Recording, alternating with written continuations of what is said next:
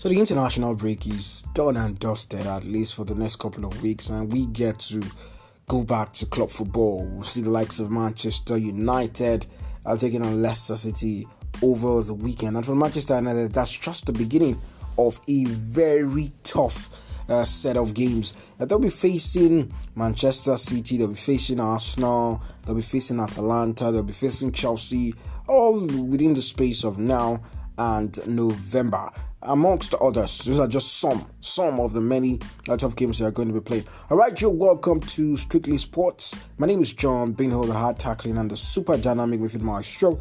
A combination of Makaleli and Javi, Ngolo Kante and Andrea Pele, where intensity and tenacity meet craftiness and gal. And something interesting I'm going to be talking about today has got to do with a man named Eden Hazard. The man, fantastic player. Did so well at Chelsea legend for sure, Premier League legend for sure. But when you look at it, in some corners he's disrespected, in other corners he's highly respected. He gets the praise that he deserves. So I'm going to be looking at some of the things that people really do talk about him, which has to do with the numbers, like returns in terms of goals and assists. Is it really justified to say that Eden Hazard doesn't do enough? I'll be using the website transfermarket.com for it. So in case there is any slight error in terms of maybe plus one or two goals or plus one or two assists, and you're thinking it's inaccurate, it's not inaccurate. It's the data that I got that I'm using. I'm going to be comparing with some of the top players as well. It's not like I'm trying to classify him as just a midfielder here, but I'm looking at it from the point of view that he's been a winger for most of his career and also an attacking midfielder as well. So I'll be comparing him to some of the all-time greats in terms of midfielders, the ones at least that we watched and the ones that we have their statistics on ground. So don't go anywhere. I'll be back.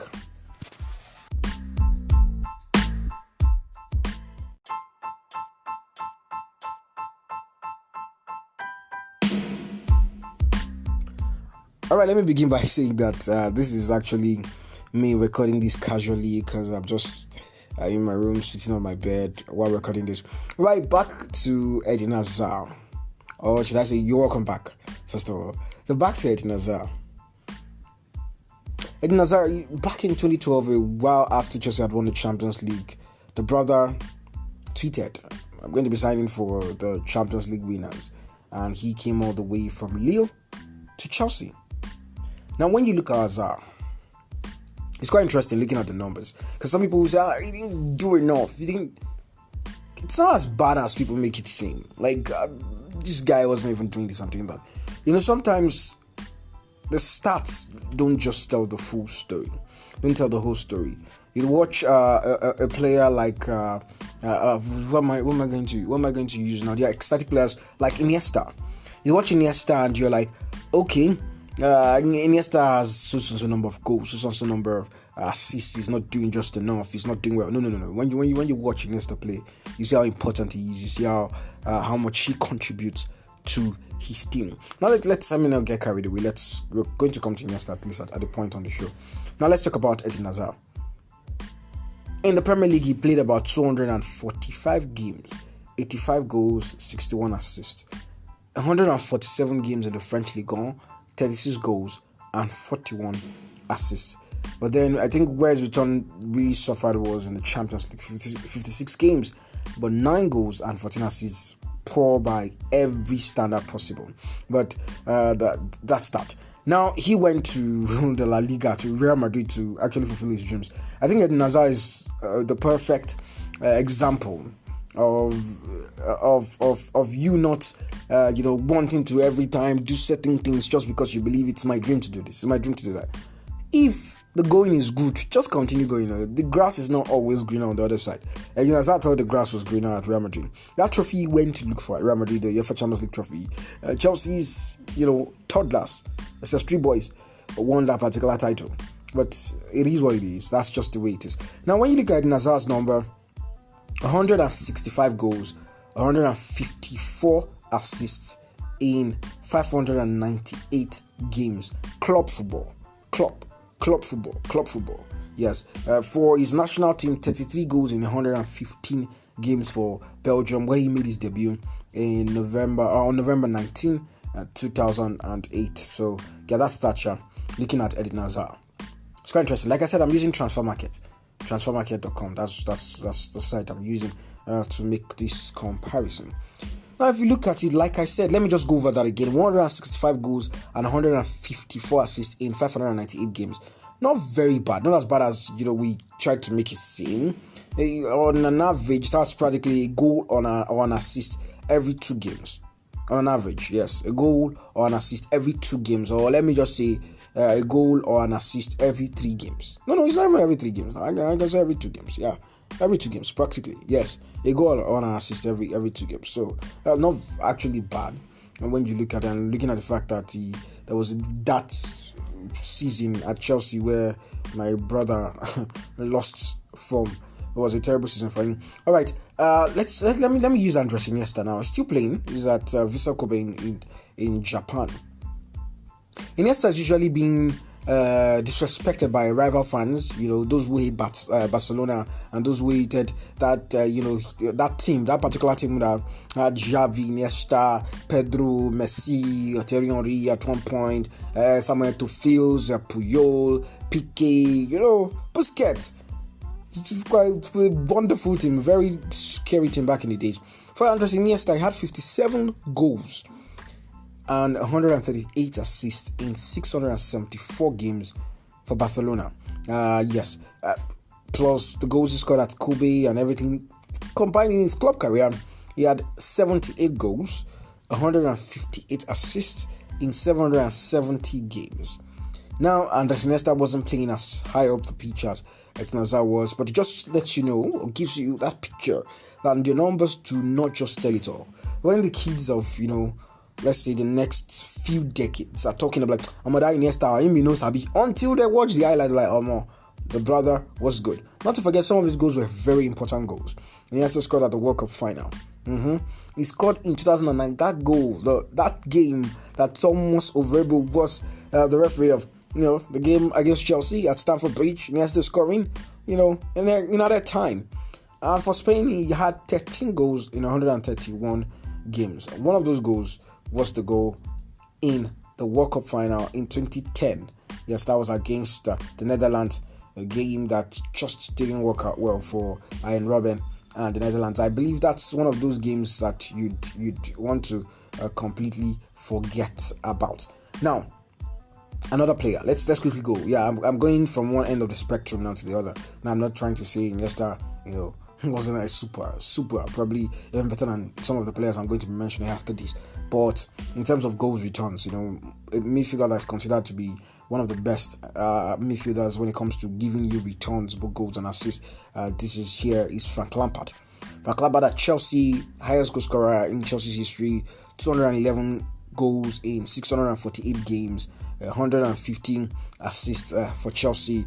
He played for West Ham, played for Manchester City for a bit, yes, played for even New York City FC as well. In total, according to club stats, 267 goals, 177 assists in 893 games. That's Frank Lampard. And then for the national team, that's England, 29 goals in 106 games. And one of the goals that should have, probably made it tighty for him was that goal against Germany. Was it at the 2010 World Cup? Yes. That was before goal line technology came on. The ball struck the bar. Is it the bar now or the post? I don't know. I usually confuse which one is bar and which one is post. And then bounced behind the line. But the referee said, no big goal. Nice man too. No big goal. So just didn't work out well for Frank Lampard. And because of that, he never had a goal at the World Cup for England. But for Frank Lampard, decent numbers as well. Now let's move on. I'm just trying to, it's not like I'm doing too much of an analysis here. I'm just trying to move on to different players just for you to get a picture. Steven G. I think it was a player I really liked. Even though I wasn't a Liverpool fan. Never been a Liverpool fan. I hated Liverpool so much, and I think I still do because of their fans sometimes. All right, for Steven Gerrard, 749 club games, 710 of those, at Liverpool. 191 goals, 165 assists. That's Steven G. Yeah, I like to call him Steven G. I think that's what we used to call him back in the days. 114 games for England, and then 21 goals for England. Now, moving on. Let's talk about Scorsese, the man whose coaching career is far away from how good he was as a player. 711 club games, all for Manchester United. I think it was part of the class of 1992 now. Yes, no. I think so. 152 goals, 74 assists. I'm surprised to not see him, with three digits number assist tally. And then, interestingly as well, 66 games for England with 14 goals. Talking about Paul Scholes. Right, someone else. This is Xavi now. Yes, Xavi, fantastic player, consistent player, a wizard. Let me just say that, a wizard. 865 club games, 767 of those for FC Barcelona, the others for Al-Sadd, SC. He had 109 goals, 213 assists. That is Xavi Hernandez. That's for his club, stats. And then he had 12 goals in 133 appearances for Spain. Look, talking about Xavi Hernandez. So you can see where I'm going to with this. Usually when you look at it and you're trying to compare like that, it's just not as you are looking at it or just the way you're expecting it to be. So it's quite interesting that some of these players that we thought, and some of the players that we actually thought, this player didn't do this player didn't make this contribution. It's not the way you're looking at it. They did so much more than just scoring goals for these clubs. Talking about these players right now. So having spoken about Frank Lampard, Gerrard, Xavi, Iniesta, let me go a bit further up the ladder. Should I talk about Zidane now, or I should wait a bit? I'm thinking of talking about Zidane. No, let me talk about Michael Ballack first. Yeah, Michael Ballack. 604 games. Michael Ballack, 604 games. He had 151 goals and 94 assists. I'm also surprised that he doesn't have up to 100 assists in terms of his club, tally. But he had 98. I think he among these guys I've been talking about, I think he has one of the best, if not the best, international record. Because he had 98 games for Germany with 42, goals for the German national team. And then let's talk about Zinedine Zidane, or Zidane, however you want to pronounce it. 632 club games, 121 goals, 119 assists, club games. And then for the national team, 31 goals in 108 games. Of course, Zidane one off. How many of the midfielders now that I've mentioned that have a World Cup title? Okay, Iniesta has got, Xavi, then Zidane himself. For Michael Ballack, he was on the losing side in 2002 final. Not to forget, he got a yellow card. I won't say remember. Even me, I was very young then, even though I followed it then. I think I was in primary 4. He got a yellow card in the semi-final, so he had to miss the final against Brazil, where Ronaldo de Lima showed them rules boss by getting a brace in that particular game against Germany and Oliver Kahn. So for Ronaldinho, decent numbers as well. 543 club games, 197 goals, 163 assists. And then for the national team, that is Brazil, 33 goals in 97 appearances. That's quite interesting. And when you look at these players, I'm just talking about goals now. We're not even talking about personal, or individual awards just yet. Likes of Ronaldinho and Zinedine Zidane, winning the Ballon d'Or and also World Footballer of the Year awards. Talking about Frank Lampard being second to Ronaldinho, I think that was 2005 in FIFA World Player of the Year award category. Gerrard as well, being among some of those top players in the Ballon d'Or talks. Can talk Ballack as well, consistent players during the generation. So while we might try, not what we, but while others might try to disrespect Eden Hazard and all, but I think the guy has tried. The brother has done well as well, even though he and what do they call these guys, the golden generation of Belgium, They might be the golden generation of Belgium, but they haven't lived up to the hype.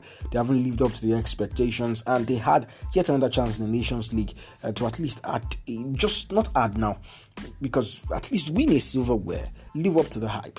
But they just couldn't do that, and that's just what it is. So like, it is what it is. It is what it is. All right, it's quite interesting. Thank you very much for staying with me all this time. I'm sure you learned a lot, because I learned a lot as well. Decided to do this episode because I'm trying to do something different, a little bit here and there. And if you think something I need to add, something I need to remove, something I need to improve on, right now this is not a professional setting, because like I said, I'm just sitting on my bed recording these casually. I just want you to know that it's just one of those things I love to do. That's talking about sports and talking about football. It's been a wonderful time on Strictly Sports. Thank you very much for listening and for staying up until this very moment, because I believe at one point I was boring. The shows, it was getting boring and all. But thank you very much for staying with me. Don't forget to spread kindness wherever you find yourself. Don't forget that. John B is my name. I'm the super dynamic midfield maestro. Bye for now.